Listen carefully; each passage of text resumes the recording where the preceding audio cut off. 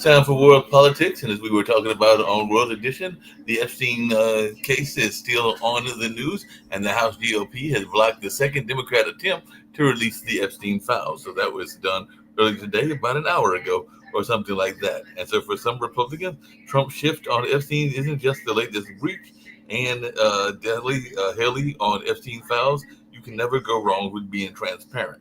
So that is something going on. So even some of the Republicans are breaking in terms of the way that they are feeling about Epstein and all along those lines. So some conservatives in Congress are breaking with Trump on his handling of the Epstein files. And the global AIDS funding to be pulled from Trump clawback requests. So Senate Republicans divided over a looming vote to rescind $9 billion in spending. Elmo and AIDS prevention. What is Congress targeting in their spending cuts? So I believe there's some spending cuts still going on as well. And MAGA stalwart Marjorie Taylor Greene is criticizing Trump over the Ukraine arms shipment. So definitely one of his allies is not too pleased with him about what he's doing with the Ukraine shipment and all along those lines. And the secret Afghan relocation scheme set up after a major data breach. Thousands of Afghans have been brought to Britain in secrecy after a data leak. Three key questions after Afghan data leak sparked unprecedented secret evacuation. So the UK secretly resettled 4,500 Afghans in Britain after that huge data breach.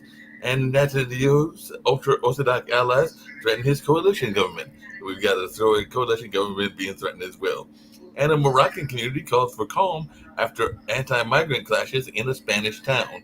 So 14 people arrested after anti-migrant riots in southern Spain. So migrant issues aren't just an issue in the United States, they're also an issue where Nick is over there in Spain.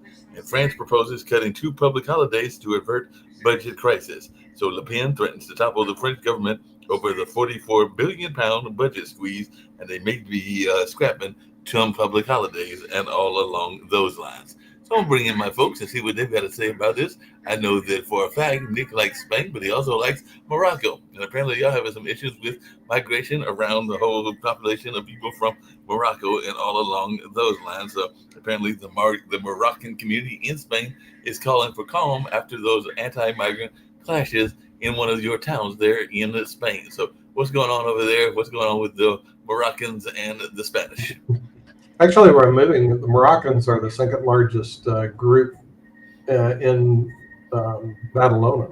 So, but you wouldn't even know because they blend in so much with everybody else here. You wouldn't even know. You can't even tell that this person's Moroccan, this one's not.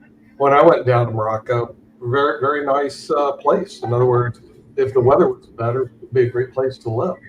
So I don't see any problems with Morocco. I did finally do a review of the Epstein file, Yes. and there's nothing there. I mean, what it is, it's just a bunch of hoopla hype from the left again. I mean, it's just made up stuff. Dershowitz says there's nothing there. The Department of Justice says there's nothing there. The FBI, and even if there was something there, it proves absolutely nothing. Webs Epstein said, oh, he had sex with 500 minors. You know what it proves? Absolutely nothing. So frankly, this dead guy who can't testify anymore, there's no reason to disclose the file. It's kind of a waste of time.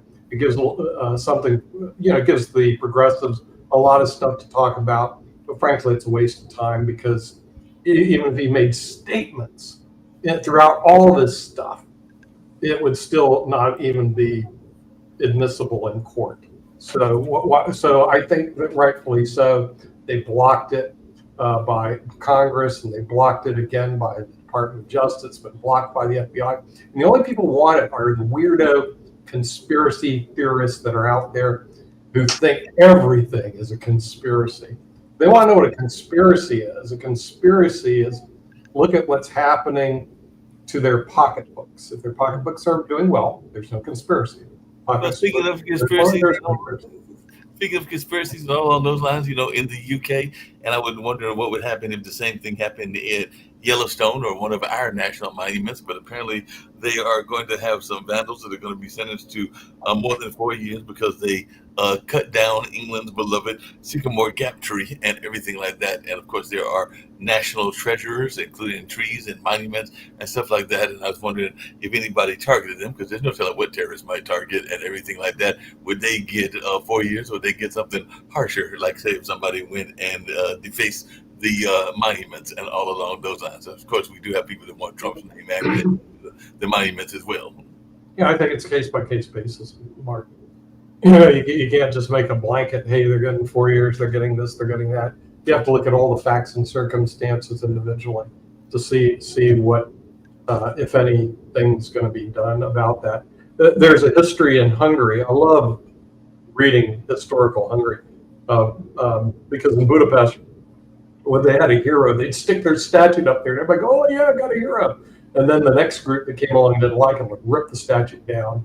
And then the next group that liked him will bring him back and say, "Oh, he's a hero. He's a hero." I mean, it's just apparently it's utter nonsense, really. Well, apparently, one of Trump's inspirations is took place today, and I believe today is Bastille Day, and there was military parades that were going on in France, and there are some people that say that Bastille Day is what inspired Trump to do his birthday celebration / army celebration. And as I said, they're going to be celebrating some of the other branches of the military later on this year as well. But they did have fireworks, warplane, and axes, and maybe they were more in step than they were in the U.S. and everything like that. So I don't know if Sasha watched the Bastille Day parade and if you can make a comparison between what the Bastille Day parade looked like versus the Trump parade and everything. But I'm thinking the French might have done a better job of organizing their parade.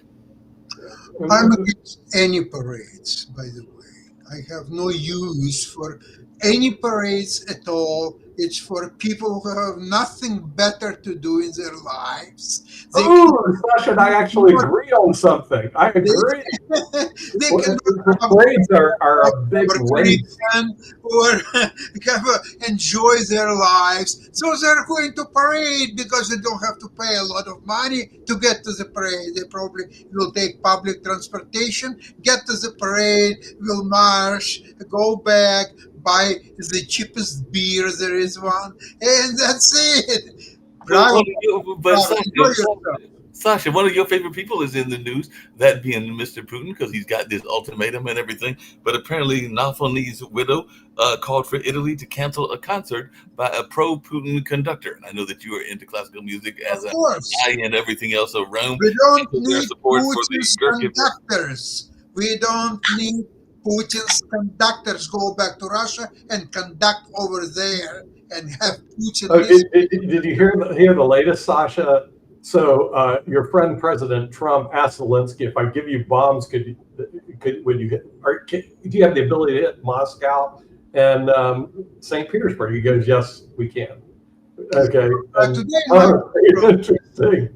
I don't want him to hit St. Petersburg because I like the Hermitage. I really don't give a rat's rear about Moscow. I've never been there. I don't know if there's anything good to watch. Interesting in my today's program, there was a movie documentary. Actually, it was not a movie. It was a trailer to the movie, which will be in Sundance Festival later this year, by the name 2,000 Meters to Avdiivka. It's a little village that Russians were taking. Over a year they spent, and thousands of lives of their so-called soldiers to take this little village. So they showed it, the trailer, and at the end I say, I wish the next trailer you'll show us 2,000 meters to Moscow. That's what I'd love to see. Okay. Well, thing is, like I said, I have not been to Moscow yet. I don't know if there's anything great to see there or not. But I know they have a lot of government employees. Putin's out, you will go to Moscow after Putin's gone. Is Moscow worth seeing? Is there anything to see there? Yeah. Yes. Really? Okay. I have a Then- suggestion though. You've been to St. Petersburg, right? Yeah, St. Petersburg's pretty So cool. St. Petersburg, probably better, more beautiful, and also it's right across the river from Finland if you have to get the hell out fast. That's true too. It's much closer. I can actually see Finland from the Peterhof, which is the big. They have this big palace for the Russian czars, and you can actually see Finland from there. But I object to Bastille Day because they overthrew the royals, and you know I'm a royalist, and I hate the fact commoners have taken over and ruined this world because they ruined the day. So I know you don't like Bastille Day. You can't run Jack. You can't run Jack. They've proven it. So but Nick, they knocked off the royals and they put themselves up there. So Bastille Day sucks. Please don't celebrate it. No, but Nick, your other favorite people, because you now live in Spain, are apparently not too happy with Israel because there are efforts led by Spain and Ireland to sanction Israel over alleged human rights violations, and those efforts have failed. So apparently y'all were trying to get some efforts to say that Israel was committing human rights violations, and that was led by Spain and Ireland, but they have failed because the rest of the EU countries didn't necessarily agree and everything like that. So what is your take on that your country of residents now, Spain, was going against Israel? Well, it's not big in the press here. I mean, the thing is, Israel's like way over there. So I haven't seen much about that. But remember, Spain's a pretty big country. And it's pretty diverse in terms of their political thinking. Sometimes it's very conservative, very Catholic, and then sometimes it's very liberal. And they go, you know, but for the most part, it's live and let live here. So it's different in the United States, where everybody's in a hurry to go anywhere. I guess in New York and LA, but and frankly, a lot of the major cities, and everybody's running around. Here, they don't run around; they kind of saunter around. I'm surprised they can make a living here. As much time as they spend in the tapas houses and the cafes, I don't know when they work. I have yet to figure that out. But I guess they fit in a little work between siestas and going to the cafes and having dinner. Dinners usually take 3 hours. Lunch takes 3 hours. Siesta takes 2 hours, and then they go to sleep. So I'm going, I don't know when they work. So Americans have been brainwashed. Since World War II, productivity is up sixfold. So what would have taken us 10 hours in 1948 should take us about 2 hours now, but we just keep working our asses off. Meanwhile, Europe has 30-hour weeks. Yeah, 30-hour weeks, but also a month paid vacation. I mean, next month, everybody in Europe is off. They don't work for August, and then they only work 30 hours if they work that long in a week. Like I said, but they still have money for tapas. The world doesn't. That's me. I'm going, where do these people get the money for tapas and coffees? Like, if I go downstairs right now, they're all sitting in the coffee houses and rapping. I'm serious. You know, Sasha, have you seen this action, this European action, maybe? When do these people work? Hey, but people get asked, hey, Rick and everybody, I have a question for y'all about that, because apparently there is a new movement. It's not just in France, it's in Spain, it's around the world and everything, because I've got a couple of different jobs and everything, and nobody, you know, it used to be that people worked, and I think you can testify to this, Rick, an 8-to-5 job, and it was 40 hours that you were working. Now, a lot of people are working their own hours, setting their own hours, like you might work 7 to 10 and then take a break and then work 3 until 8, as long as you make your 40 hours. So a lot of people are having more sporadic work hours. I've seen that in North Carolina. I've seen that with friends of mine in California and New York, stuff like that. The first TV job I ever had, there was one computer in the entire office. This was 1987. One frickin' computer for everybody. And we turned in our work that we'd written with pens and pencils on pieces of paper. Just so frickin' primitive. But now with automation, you know, even automation is an old-fashioned word now. You can turn in your work whenever and wherever. Right. And so there's no reason that everybody needs to be in the office at 8 in the morning. Well, that's from the employee's perspective. From the employer's perspective, we want their butts in the office so we make sure that they're working during that period all right, of time. so say you're that kind of, say you can put a camera right here. We have a camera, and there's all sorts of surveillance stuff. If you're worried that your employees are slacking, you can do keystroke monitors. You can do whatever you want and still let employees, we've decided to do a lot of our pay on incentive basis pay. So the thing is, in other words, they get a percentage of the cut that comes in. And when they get a percentage of the cut that comes in, then I don't care how many hours they work, because it doesn't make a difference to me. They're going to get a percentage no matter what. So they're on the same page we are. In other words, as opposed to if you pay people by the hour, I want X dollars an hour. They just stretch those hours out, And the thing is, and whether they're productive or not, you don't know. All you know is you owe them a lot of money for all their hours they work. And speaking of which, I have to go because I have to divide a bunch of money up. Hey, Nick and Rick, I got another question for you. And this is about the young people, and this also involves the EU. I think France, which you're not a big fan of. I know one of our other commentators, Chris Greco, doesn't like France. Isn't a big fan of them either and everything. But 5 EU states are to test an age verification app to protect children, and France is among those that's going to try to test this app to protect minors from online harm. So, Rick, you're in the social media space. Is this going to actually work, and is anybody going to actually be able to use the app effectively, or is this much ado about nothing, in the words of? So it'll protect dumb kids from online harm, and maybe those are the kids who really need to be protected. The smart kids will figure out ways around it, or they'll have older brothers or sisters who, so it'll protect some people. It won't protect everybody. I mean, that was my job for 25 years in bars, was to protect young people from the harm they could run into in bars. And it wasn't, I would think that the major harm in bars isn't getting drunk. The major harm is the creeps who hang out in bars. And if you're 19, you're less able to spot a creep than you are if you're 23. Yeah, that makes sense. Hey, Sasha, I want to come back to you and Ukraine and everything, because one of the stories that has been out there is the Patriot missiles. People want to know what the heck is a Patriot missile and why everyone wants them, because apparently all the countries of the world, including the Ukraine, wants them.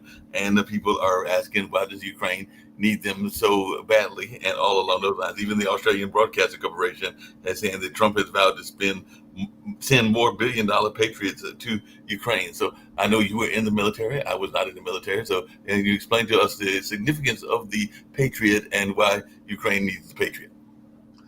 The Patriots are the most effective missiles to protect civilian population, and not only civilian, I should say that, from the bombardment by Russian barbarians and murderers who are killing mostly civilian men, women, and children. So the Patriots missiles, it's the best there is to protect these large, not only large, cities from the Ukrainian bombardments. And last week, the little city of Chernovtsi, it's west of Ukraine, very close to border with Hungary, was actually bombarded by Russians. So there is no single town or city in Ukraine which has not been bombarded by Russians. So therefore, because Patriot is the most effective there is to defend, there will be, from what I've heard, 17 Patriot systems being available to Ukraine in very short order. Our next Ukrainian program will be on Friday, and on Friday we will investigate by Friday and exactly tell you what's exactly being done from Tuesday to Friday. That's exactly what we're going to do. We're looking forward to that. I know you mentioned that on the earlier show today, Yes. and that film was very good to see as well. So it'll be interesting to see how this all plays out.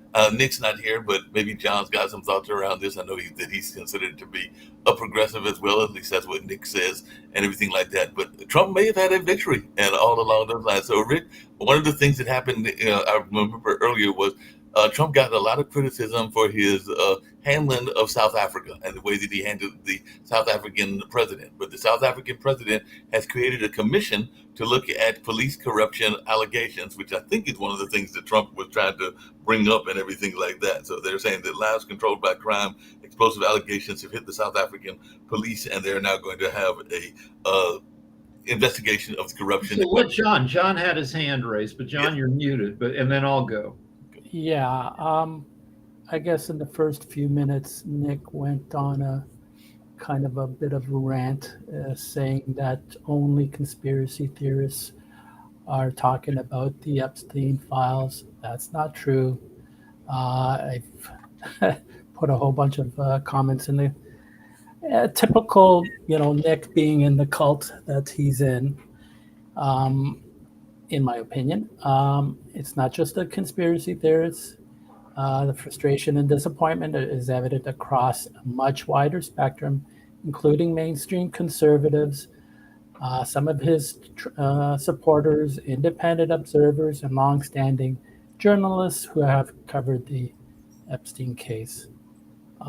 So again, I know Nick likes to distract and deflect, and he probably wanted to say it's only conspiracy theorists so that we would not engage in talking about the Epstein files. But again, him being in a cult, I'm not surprised. All right, so Trump is there's the cliche that we've heard a zillion times that a broken clock is right twice a day, and Trump is the most broken of clocks. And no president gets everything right. It's maybe the most complicated job in the world. And no president gets everything wrong. That there's hundreds of things that the president has to deal with in a day. Though Trump doesn't deal with hundreds of things. I'm sure, he watches a lot of TV, he delegates a lot of stuff, but some stuff he won't get wrong, or he'll have a victory on. Like in his first term, Kanye and Kim, Kardashian, met with him in the Oval Office, and they talked about prison conditions, and they got him to do some prison reform. That's a good thing. So the way Trump does stuff, his style is usually like annoying to people who aren't MAGA. But some of the stuff he does happens to not suck. It's just, but if you look at the history of the presidency, if you're president, you're going to make decisions that are going to kill a ton of people. So Bush 2 took us, at the advice of Cheney, took us back into Iraq, which led to the deaths of at least 500,000 Iraqis when we facilitated civil war. Obama decided to take out Gaddafi, which led to Libya becoming a failed state and the deaths of tens, probably more than 100,000 people, and misery. And it's hard to find a president, I don't think you could, whose decisions didn't end up killing a ton of people. And we have good presidents and bad presidents, but it's the nature of the job that go ahead, John. Yeah, so if you look at the historians, and they made studies on this, Trump sits near the bottom of a list of achievements or whatever set of metrics that they use, near the bottom of the history of American presidents. Not near the bottom, at the bottom. Yeah, so I wanted to be fair.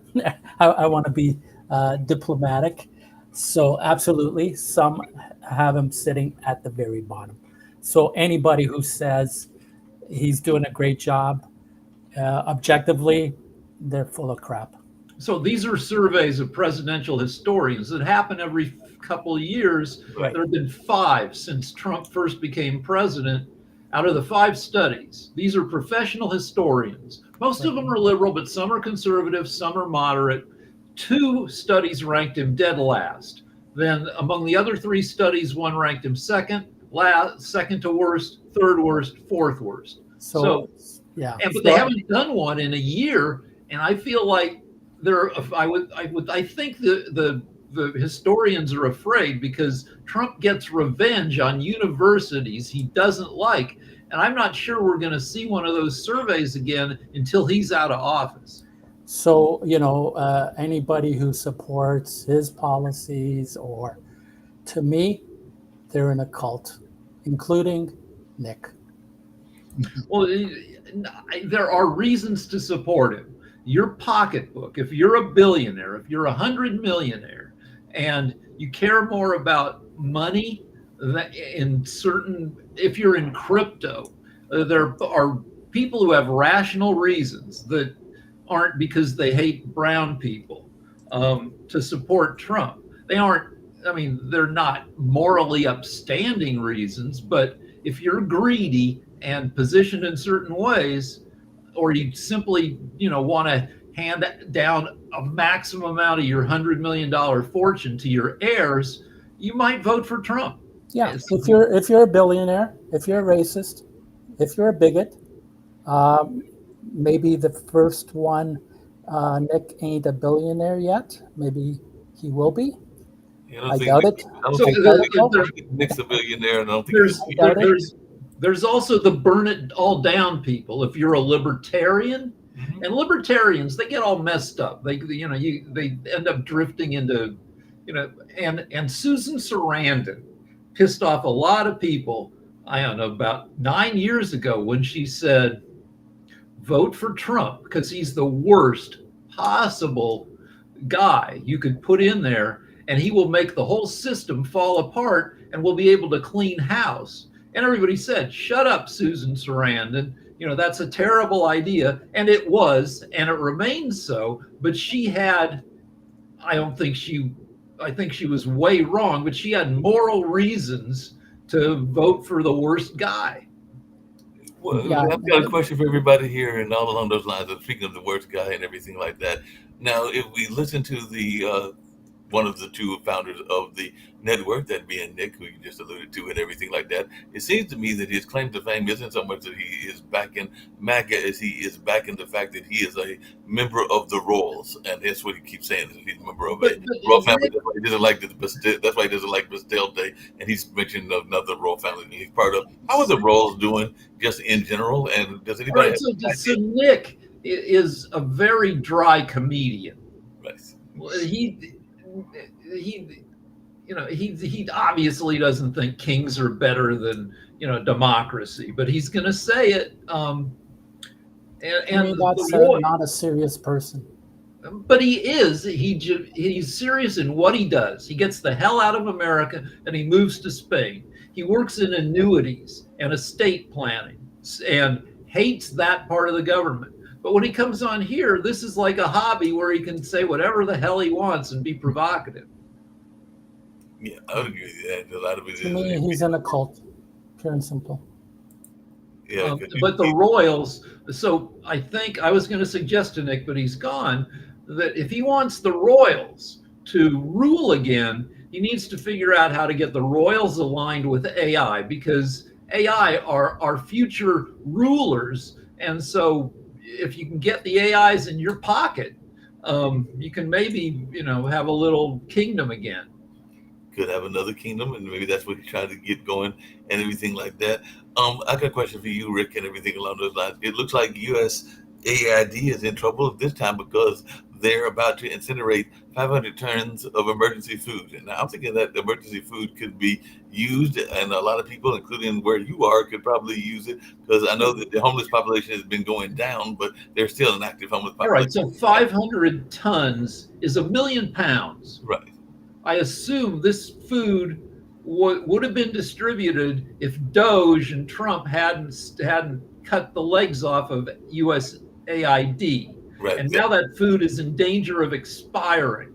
It's like my wife. My wife throws out everything. I'm like, no, and I'll go in the garbage. I'll pull out, no, this melon is still good. This bread is still good. Just cut off the moldy part. But anyway, they don't want to serve tainted food to people. And now, so they're forced to, I guess, get rid of, Doge didn't create much savings. And in the final analysis, it probably created more costs than it saved. Hey, one of your good buddies has got a idea about Trump, and I think you'll love this one, Rick, and maybe Sasha's got some thoughts around this as well. But Stephen Goldberg has exposed the most baffling part of Trump's latest rant and everything. So he's saying that maybe Trump doesn't need a Nobel Peace Prize, but it's finally time for an Emmy for Trump and everything along those lines. So that's what he said in his monologue as he went off on So the that, had he won an Emmy, it may have saved the country, because Trump runs on resentment. Trump ran for president. A lot of people know this. Maybe some of our viewers don't. In 2013 or 2014, every year there's the White House Correspondents' Dinner, where Washington journalists get together to have a dinner, give each other awards, and it's hosted by a comedian. Well, one year, a couple of years before Trump ran for president, it was hosted by Seth Meyers. And Obama was president. And when Obama became president, Trump became the most prominent birther. A birther is somebody who claims that Obama can't legally be president because he was secretly born in Kenya, and is not a U.S. citizen. And he was yelling about this for years. And it was a big nuisance for Obama. And few people believed it. There's, his birth certificate is that it's one of those conspiracies where whatever evidence shows up, the conspiracy people explain how it's fake.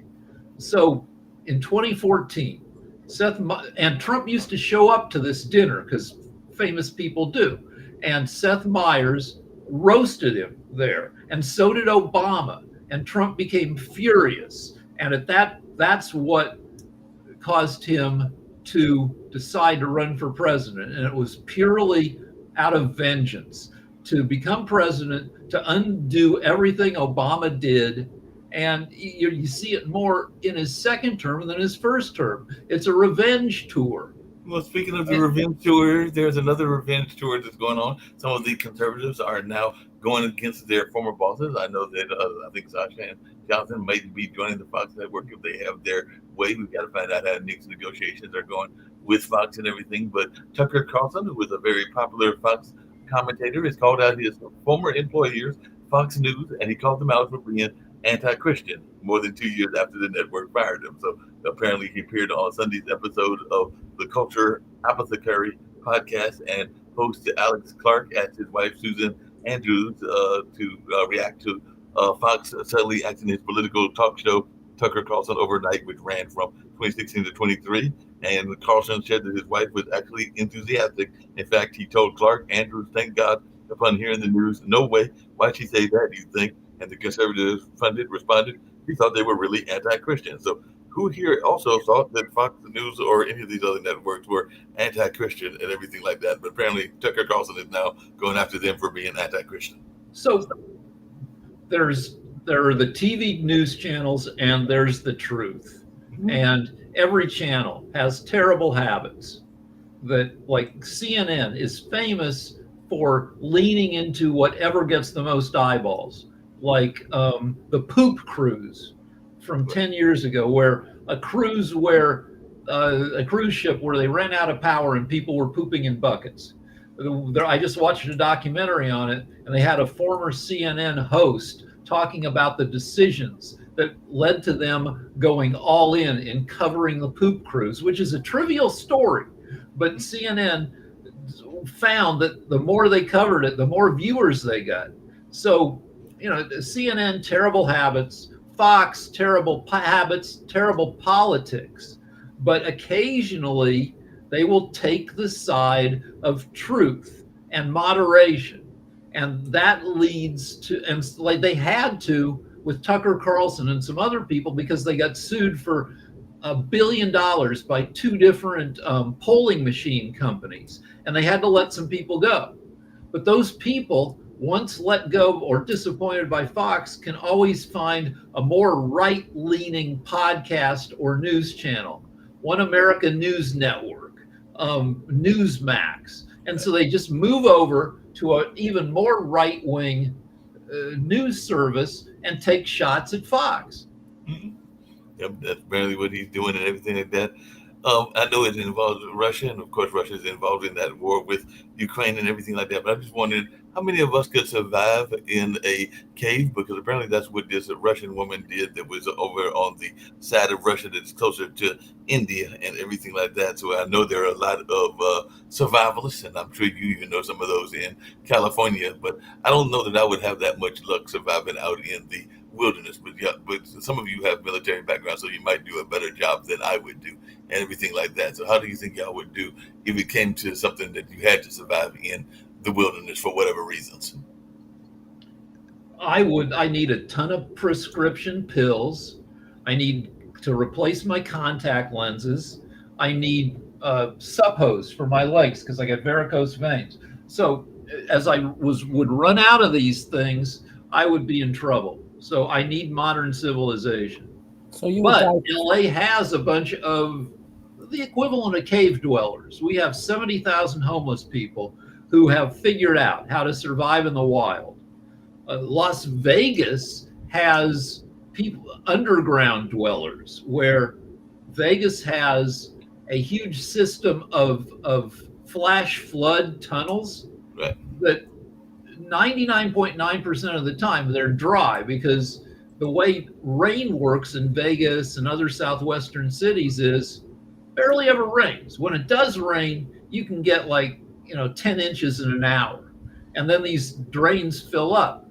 But for 364 days a year, these people build entire apartments underground. They haul old furniture down there. They figure out how to steal electricity. They build a whole life, and then it gets wiped out, one day a year, and then they have to rebuild.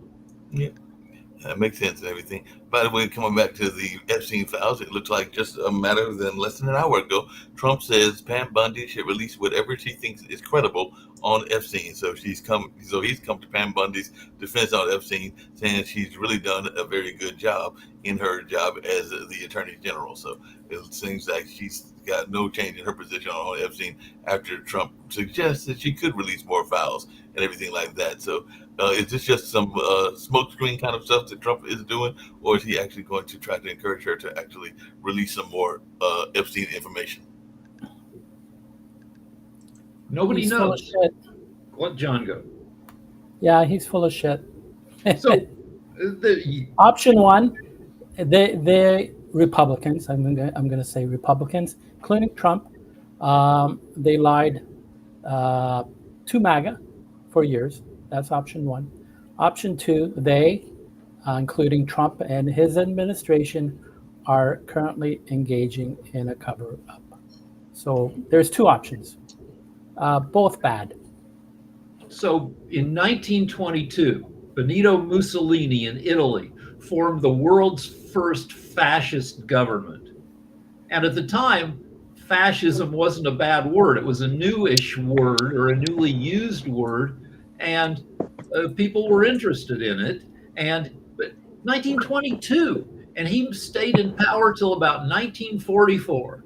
And then people had decided they'd had enough of the guy. They hanged him upside down. They killed him, and then they hung him upside down in a barn or something. They caught him hiding. He had to run away, but he got away with his bullshit for more than 20 years. And Trump has been getting away with his style for enough to get reelected and be president. This is his 5th year as being president, and until now, whatever he does has been mostly okay with his people. Now there's a glimmer of his people maybe having enough of him. I doubt it. I feel like this will go for another week or two, and people will get his people will get vaccinated against being too pissed off at him, and they'll go back to supporting him. But right now we're in the most iffy time. Well, speaking of iffy times, we got Shaquille coming in from Australia. We've not seen Shaquille in a while. Hope that he's doing well. I do know, as I've mentioned on a couple of these shows, Australia is in the middle of a big military exercise and all along those lines. So what else is going on in Australia? What have you been following in the news, even in the coverage of Trump and Epstein and a number of other things that I know you follow regularly from the wonders of Australia and the different other places that you go to and travel to? Well, again, I do pay more attention to the United States than I do my own countries because I'm in finance, I trade the markets, and so obviously I'm more in tune with what's going on over there. So I actually am not sure what you're talking about with Australia doing some military exercise. I'll take your word for it. I'm not aware of that, I'm afraid. But no, but I do love my lefty friends, John. We've only met a couple of times, but I'll include you in my lefty friends basket there. Rick's. I'd rather you not. Sorry for interrupting. Okay, well, but my lefty enemy then, if you prefer. I'm a But centrist. I'm a centrist. okay, all right. Well, the friends bit was where the emphasis was, John. But so Rick came out. And he had a bit of a crack at the media. He talked about CNN. Then when he talked about Fox's politics are terrible, and then John jumped in with Fox and their, I think you said the lawsuit or something that you said about Fox. Oh no, then you said about Trump and his lying to everybody, including his mega base. And the inference that I'll draw from that is the good old Democrats. No, they don't lie. They're the great vassals of truth. They never lie. They never manipulate. They never beholden to the lobbyists. They're perfect. It's only the Republicans and the center-right political parties of the world that are the problem. No, Trump, freaking Clinton, Bill Clinton. We hate to admit it, but Bill Clinton was he has a different raping style, but he was just as rapey as freaking Trump. But the difference is that Trump is president right now, and Clinton hasn't been president in 24 and a half years. But Clinton is all over Epstein, maybe even more so than Trump. I mean, because Clinton flew on Epstein Air a ton of times.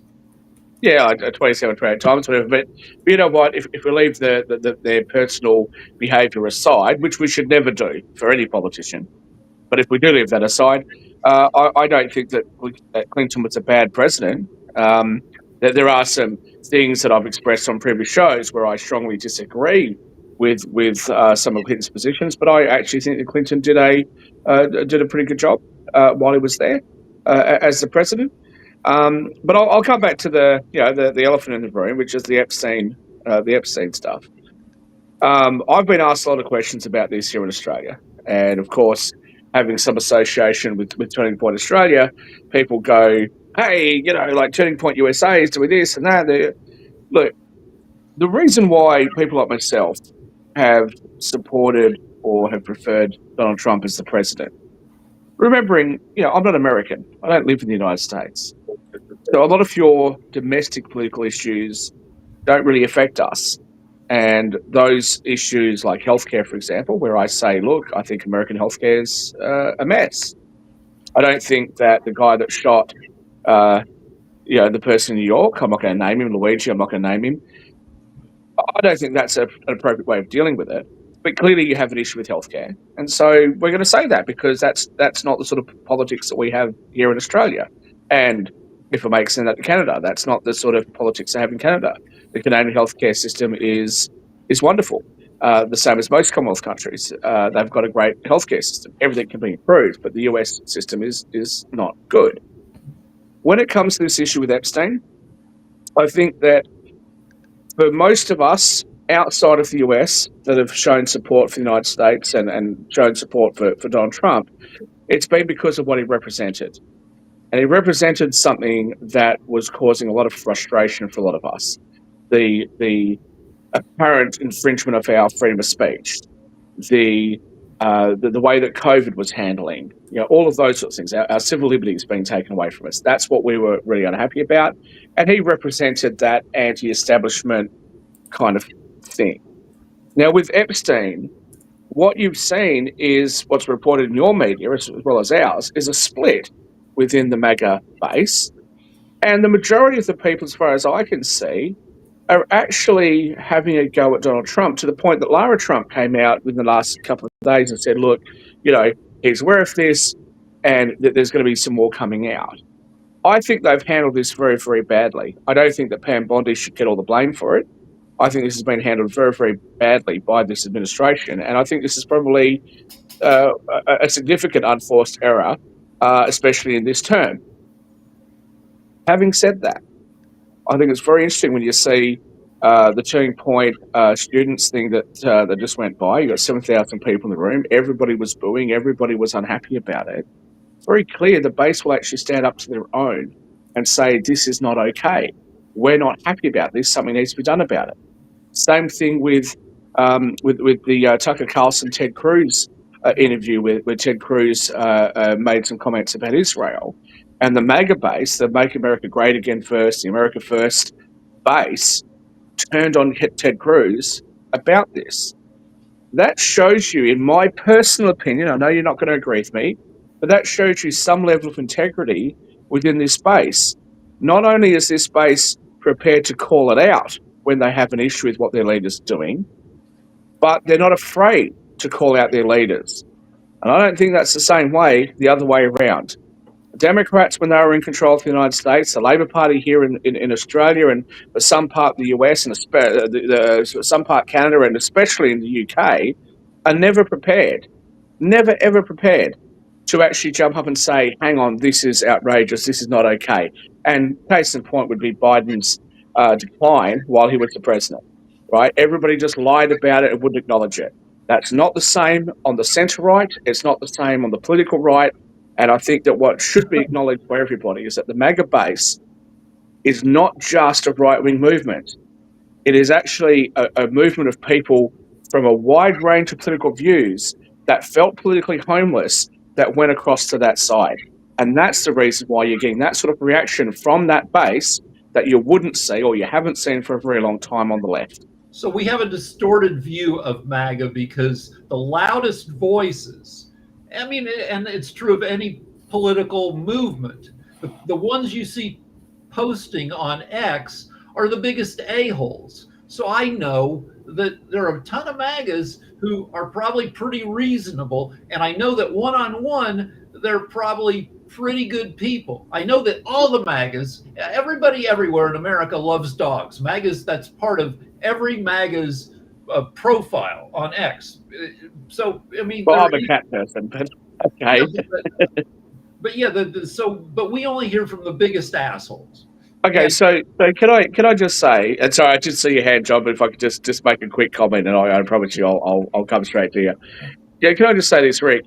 Two things. One, you, by your own admission, went on to X, Twitter, last year before the election and said that everybody who votes for Trump, deserves a special place in hell or whatever it was. They're going to hell. Yeah, I'm an asshole. Okay.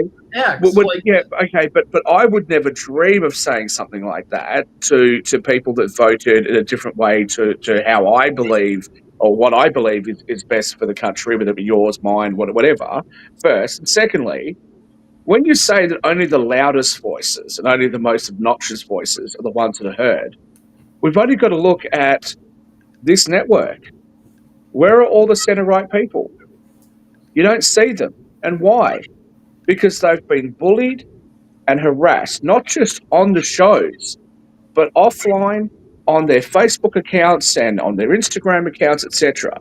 They've been bullied and attacked by people that are on the shows. They've been bullied and attacked by some of the fans of their shows, to the point that they've just gone, you know what, it's not worth it, we're not coming anymore. So what happens is, instead of you hearing reasonable voices, I think I'm a reasonable person. I really do. I think I'm a reasonable person. I don't know, a lot of you guys will disagree with some of my points, but when it comes to things, I'm fairly moderate. I believe in healthcare. I believe education should be funded. Most normal sort of centre issues I believe in, right? I get attacked all the time when I come on the shows. If that happens to me, what happens to all of the other right-wing voices that tried to come onto this show that was supposed to originally be a show that encompassed everyone's views? What happens is they stop coming because they stop wanting to fight, and what you get left with is only the loudest, most aggressive, most obnoxious voices. That is a symptom of the behaviour of the left, not a symptom of the right, in my personal opinion. Let John go here. Yeah, so I'd welcome you to join some right-wing uh, forums and discussion groups. What you just said about the right not feeling, like I said, I'm a centrist, and I like to go on left-leaning podcasts or right-leaning forums. I challenge you, or I welcome you to go to some right-wing groups. What you just said about the left-leaning people doing to right-wing people is just as bad if you go to the right, where I've seen people, left-leaning people, being called socialists, communists, devils, Satanists, on and on. And I see you're smiling. You've probably seen these kind of comments. Now, Absolutely, to your absolutely, yeah. previous point about that the lying, I think you said, is more multiple. I'll just read what I wrote in the chat. Multiple independent fact-checking analysis, such as those by PolitiFact and Washington Post fact-checkers, consistently find Republicans have a much higher rate of false or misleading public statements compared to Democrats. The pattern holds true even after excluding Donald Trump from the data. The other point I want to make about your freedom of speech comment, several of Trump's policies purportedly promoting freedom of speech are being currently widely criticized, with many critics arguing that in practice, these measures often undermine free expression, especially when dissent opposes the administration. So I want to talk about Biden's I- decline. I'd like an opportunity to respond to John though, Rick, if you don't Then let mind. me go. Go ahead. Okay. So I was going to say, John, yeah, you're correct. On a lot of these right wing or right leaning forums, there is a lot of vitriol, and I can certainly tell you that when I go onto many of the right leaning podcasts, a lot of people consider me to be a lefty. When I come onto, when I hang out with my left wing friends, they all consider me to be a righty. The reality is, I just shoot from the hip and tell you how I think and feel.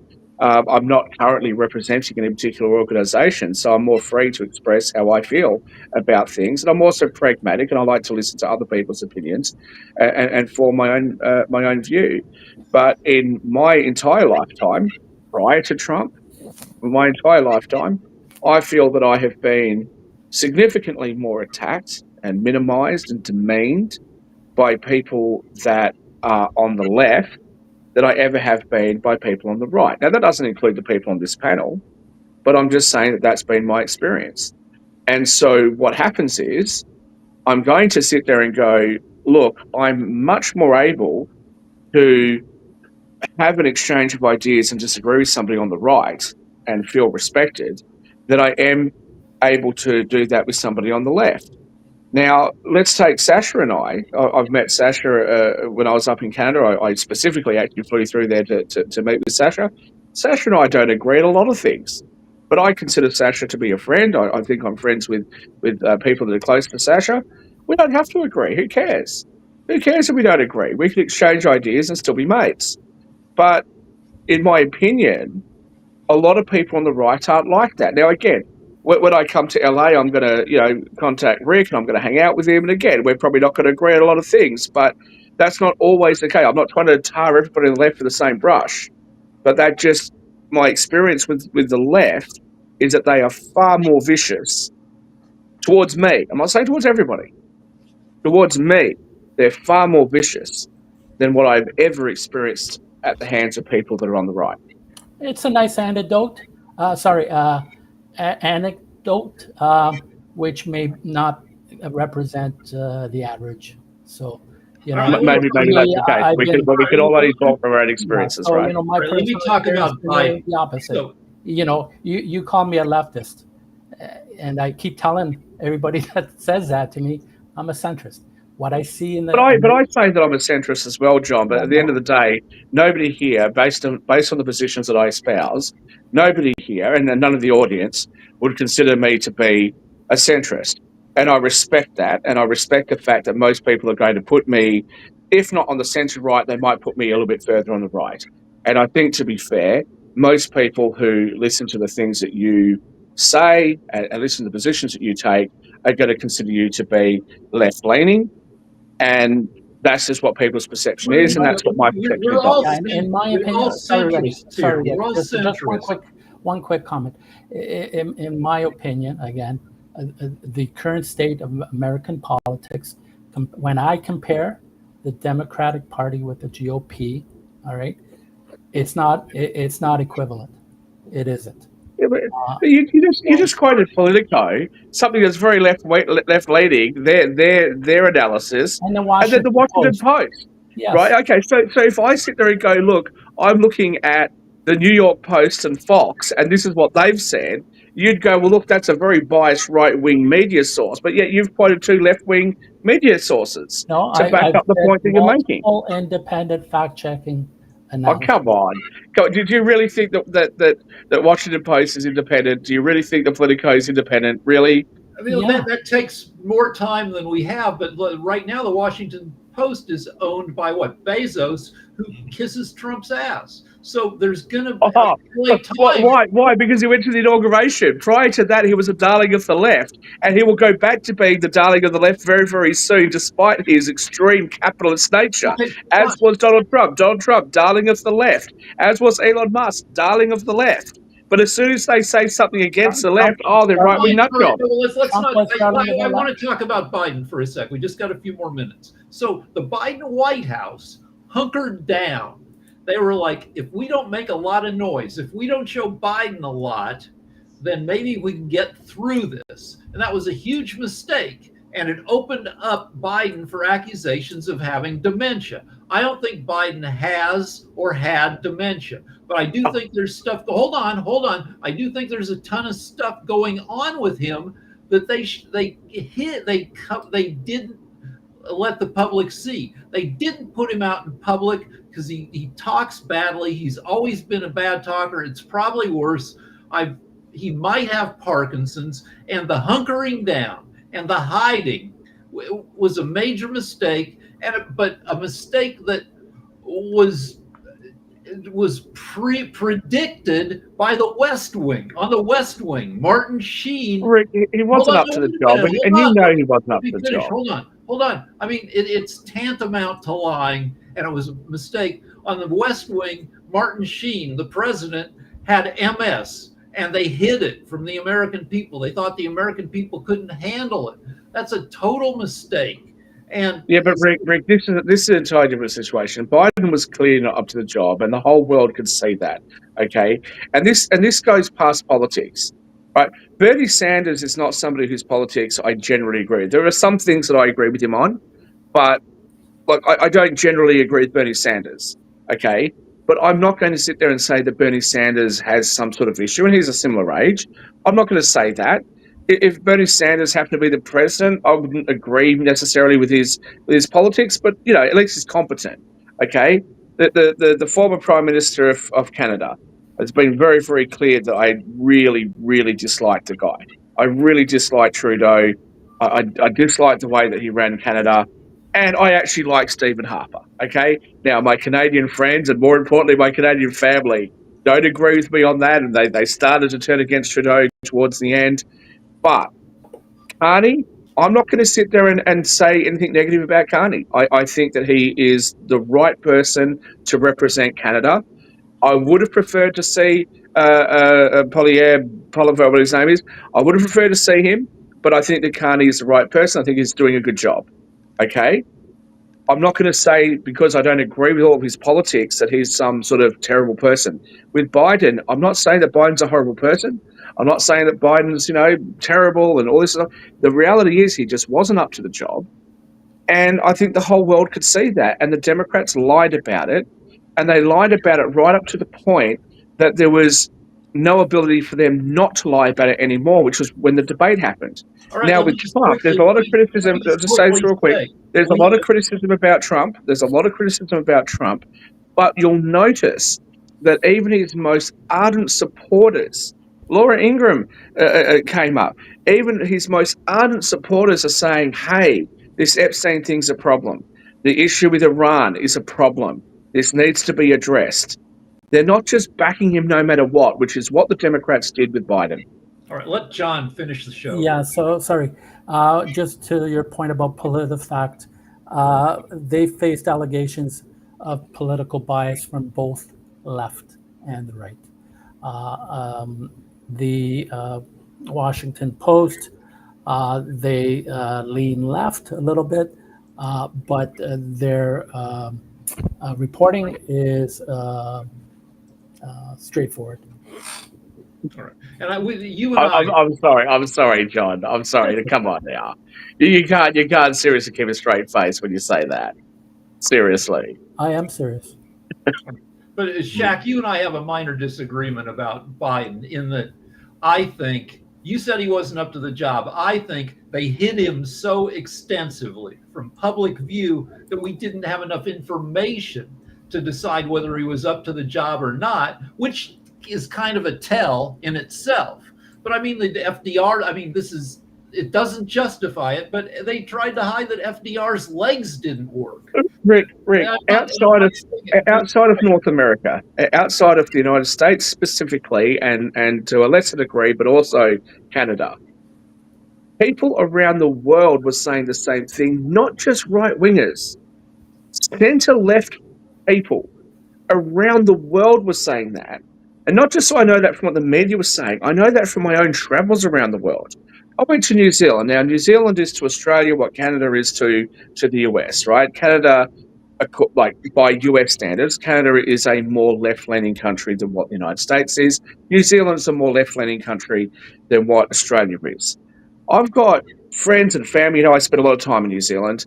I've got people there, high school kids that I know that was saying to me, wow, like that's really out of control in the US when it came to Biden. Nobody outside of the US, even those people on the left, nobody outside the US were under any kind of like illusion that this was okay.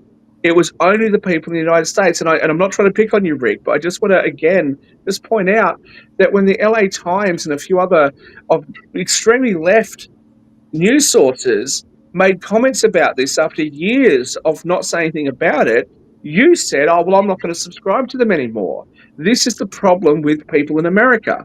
They only want to hear what they want to hear. And I think that gives you a false sense. That gives you a false sense of what's really happening. Well, when it comes to Trump, it may very well be the case that Trump is in a bubble and he doesn't really understand how everybody's feeling until his advisors come to him and go, oh, something like the Turning Point USA Students Conference. When that information gets brought to him, then it's like, oh, I've got to react. But with Biden, even when his own base was like, oh, this is a real problem, there was no real response from the Democrats, and they lost a lot of credibility because of it. Sasha. It's nothing to do with the Democrats at all. What's happened is that in 2020, Biden won a federal election. Is he? Yes, he did. Mm-hmm. Anything there showing that he's not up to the job, that he's frail, that he is ill, that he is old, that he cannot do the job? No! Was it? Absolutely there was. No. Oh, absolutely. Fox was talking about it. Sky News Australia was talking about it. Right-wing media of the UK was talking about it. Of course there was. The majority of US people in 2020 thought that Biden is up to the job, and they wanted to get rid of the idiot Trump. That's all what happened in 2020. Do you agree, Shaquille, or not? No, I don't. Then what are you saying? That Biden, how he won election? What's happened? Right, no. I don't. I'm not saying he didn't win the election. He won the election based on the way that elections are conducted in the United States. But the reasoning that you imputed to the American voter as to why they elected Joe Biden is something that I don't agree with. So Okay. I want to correct the. Oh, the- he the- won elections fair and square. All right, hold on. Let me make it. Well, no, I don't. No, I don't think it was fair and square. But I'm going to be very clear about this. No. I'm going to be very clear about this. Okay, I'm not saying. I'm not saying that it was. You talk too much time. Hey, I'm never here. I've been on for months. No, I've got to finish this because I don't want that to go out that I've said something I didn't say. I am not suggesting that the election was stolen, but I think that the protest that was followed in a way that is not particularly fair and reasonable, and the US should not repeat that. In 2022, he was up to the job in 2022. So something must have happened in 2023 or 2024. So who are we that we see him on TV? We saw him during his speech when he was addressing the House joint. Well, the State of the Union, okay, yeah. And I came out and said he did a great job. Okay. He did a great job for State of the Union. So at what point the society, his handlers, his family should have come to the idea that, no, today he's no longer fit for a job. Yesterday he was, but today no, that's it. Okay, Joe, go away. At what point it can happen? It's a process for which every day he would have to be judged by a panel of experts or whoever else there is, and say, "Oh, yesterday he was good for his job. Oh, today no longer." But that's what you guys. But that's what you guys want to do about. But that's what you guys want to do with Trump. I mean, I just saw a report in the last few days about Trump at the FIFA thing handing out the trophy or the medal or whatever it was, and they're like, "Oh, he was supposed to go off the stage, he didn't. So because he got lost on the stage, he must have issues. He's getting dementia." I mean, the left does this all the time. Come on now. All right, Seriously. All right, so at least Trump is out there every day doing his dumb Trump stuff so we can judge better. Now, as far as... I don't think... What's the dumb Trump stuff? He's doing the Trump stuff. Why is it dumb? What? So, hold on. So the LA Times. So my wife and I have been annoyed with the LA Times for years. It went from 70 pages to 30 pages.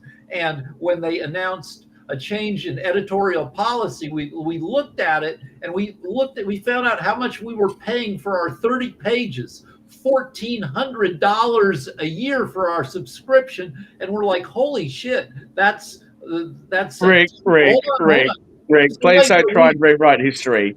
Please don't try and rewrite history. Wait, no. You said all of that. You said all of that before, but at the time that you announced that you were not going to subscribe to the LA Times anymore, it was as a direct result of them releasing an article that you didn't like, and you said they've gone too far to the right. Get it? No. That's what you said at the time. Get it right. The thing that triggered this whole we can pull the tapes, Rick. No, the publishers stopped the paper from endorsing Biden. He stopped his staff the staff gets together and decides who to endorse. The new owner, who's conservative, stopped them from that. That led us to be like, what the hell? But he didn't.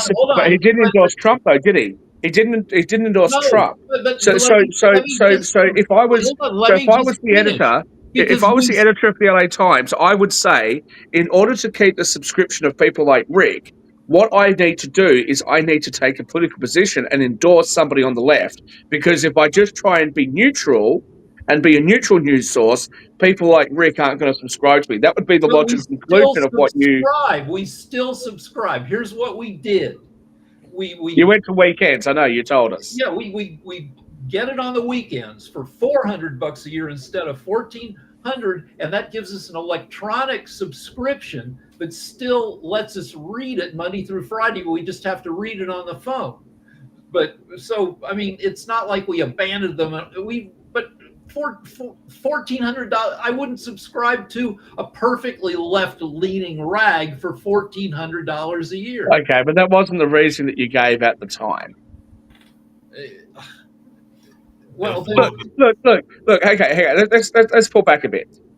There's a lot of people that that allegedly MAGA supporters that have turned on Fox now, that turned on Fox after the 2020 election, right?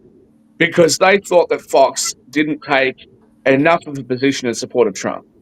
I thought that was ridiculous, personally.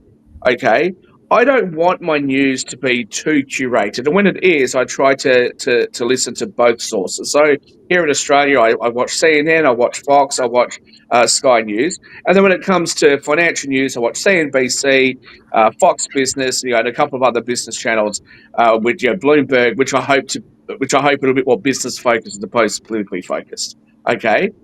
I think it's ridiculous for somebody to go, well, a reporter or somebody that's on a network or that's a reporter for a newspaper that I like reading has taken a position that I don't like, and so therefore I'm not going to support that newspaper anymore. I think that's absurd. I'd prefer to hear views that aren't necessarily aligned with my own so that I can consider them and then try to make a rational decision that makes sense to me. All right, so the publisher of the LA Times was censoring his staff. Now, I'm lazy. I like the LA Times staff politics. Every election, they come out with a list of endorsements, and I usually just go straight off of that. Like, okay, I trust you, LA Times. And if the publisher is going to censor his staff, that was one of a bunch of things, and probably, yes, the major reason that we pulled back on it. But why would you trust the LA Times? Look, in the 92 riots, the LA Times weren't exactly originally on the side of them. When it came to the stuff that happened in New York, right, in the 90s, the New York Times were there. And also, you talk about things like minimum wages. In I think it was the 80s or 90s, the New York Times came out with a report, and they said the minimum wage in the USA should be $0.00 an hour. Okay, and the left went, oh yeah, okay. Now, if the New York Times was to do that today, can you imagine the backlash that they would get from the left? That's the thing. You guys are not interested in hearing any other ideas except for your own. No, because I'm lazy. Yes, that's what I do. Because I look at the LA Times. If my wife gives me her phone and doesn't need to take it to the bathroom with her, I'll get through the LA Times. But mostly I read Drudge because I'm lazy. Drudge used to be right-leaning. Now they're pretty centrist. And they're my one source because I'm lazy and I am distractible, and I don't triangulate. I don't look at multiple news sources, which I should. But again, lazy. One comment I'd like to make about Shaquille's prediction that the right will continue talking about MAGA will keep talking about the Epstein files. It took less than a day for Charlie Kirk. If you watch some of Charlie Kirk's ramblings and rantings about the Epstein, it took less than a day stating that on his podcast that he has he doesn't talk about anymore. Epstein for now. And we'll see if the rest of the MAGA continues talking about it.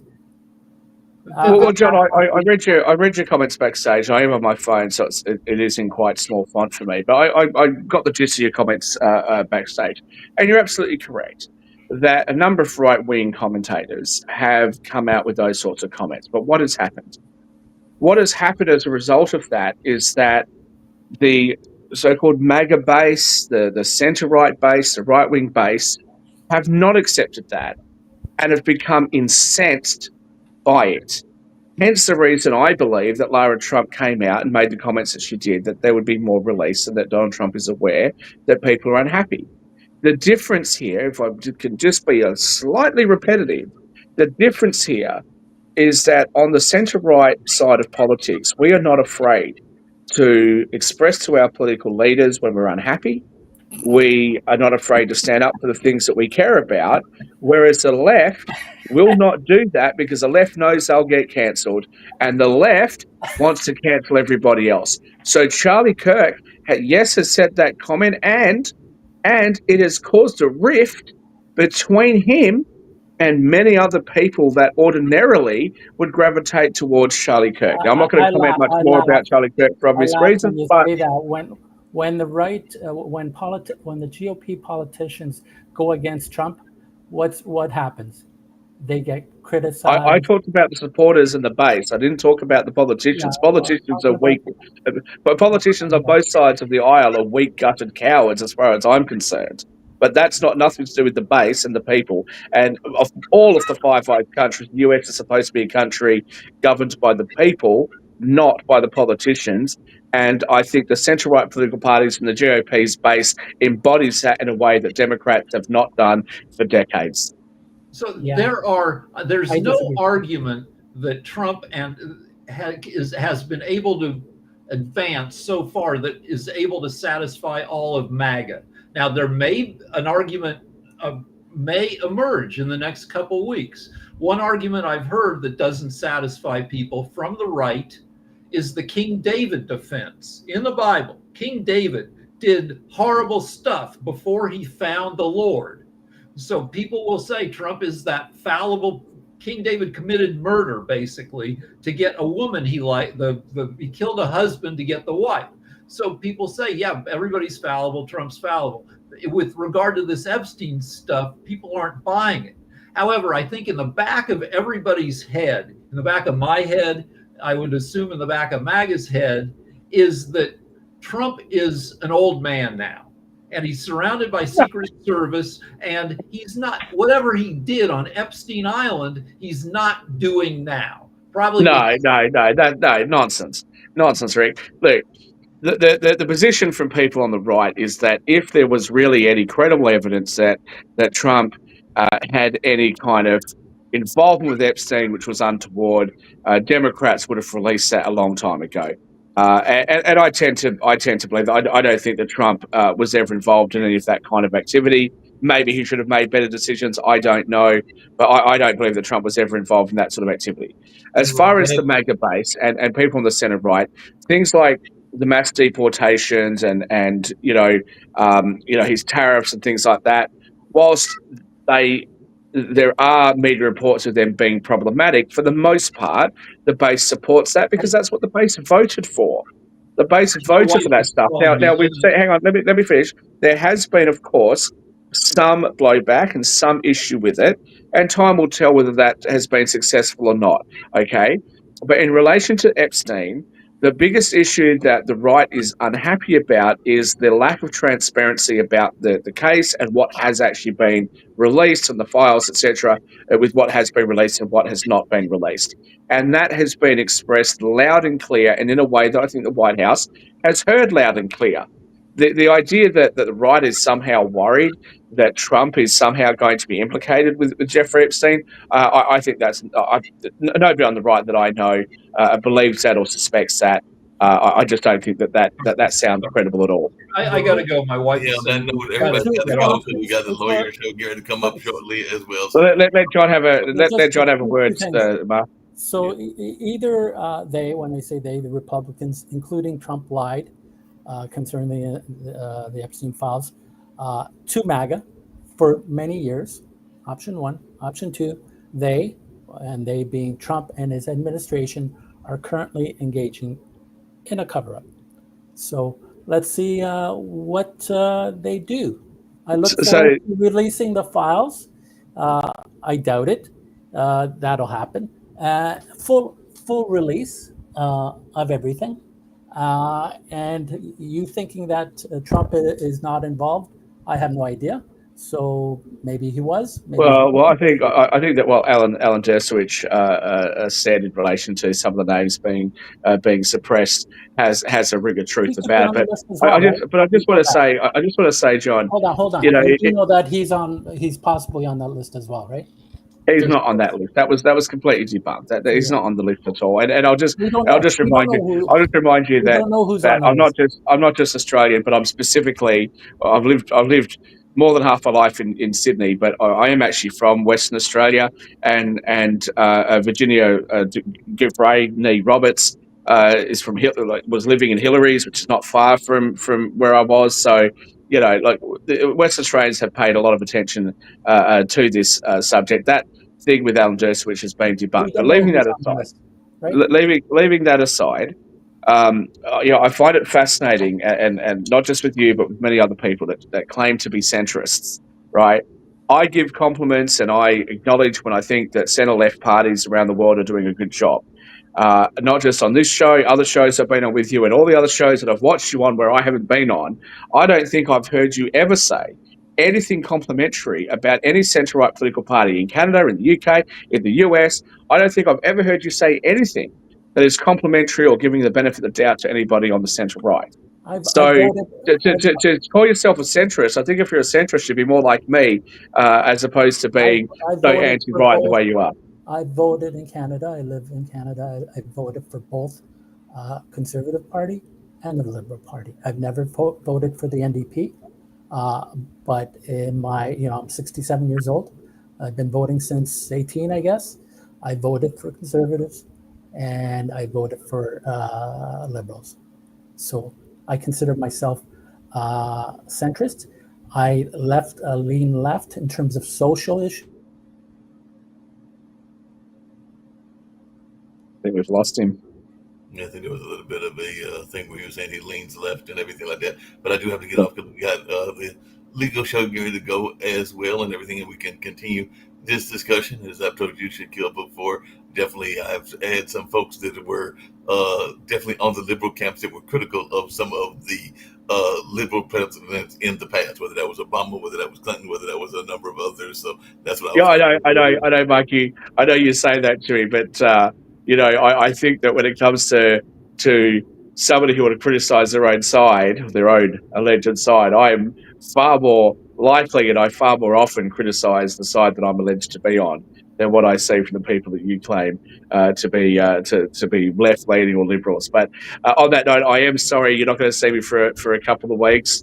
I am traveling. I'm doing a few things, so I thought I might just pop in and make an impromptu appearance. So good to see you again, Mark. Appreciate you making the impromptu. And other glasses, a new edition. I don't think I've seen these before. Oh yes, these are new glasses. Yes, those are new glasses. Yes. All right, Mike. Love you, buddy. All right, take it easy.